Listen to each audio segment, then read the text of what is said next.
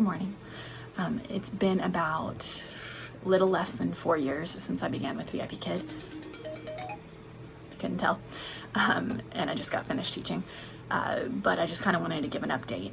I used to teach about 8 classes in the morning, early morning. So I began at either 2 or 3 a.m. in Tennessee.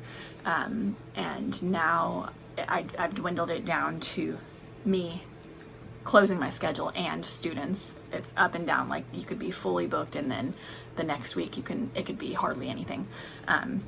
But I've dwindled it down to 4 classes a day. So sometimes I only get booked for 2, sometimes I get booked all 4, but I've enjoyed that a lot more than the 8. I loved all of my students that I've got to know along the years, but energy-wise, to raise a family, it's so much better with just 4 classes. So I told my husband I plan on continuing to do that until I don't get another contract renewed.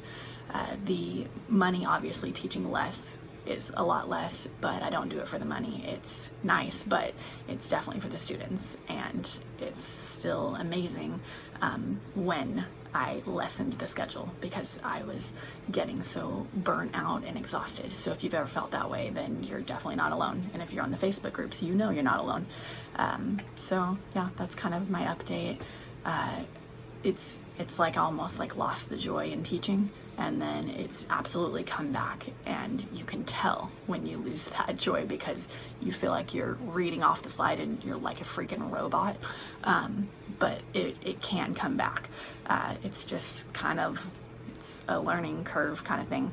But anyways, yeah, so I still enjoy teaching my students in China from my closet in America, and it's been awesome, and I hope eventually to teach in a classroom and to still do this a little bit. So yeah, so let me know your story below, and I'll try to read.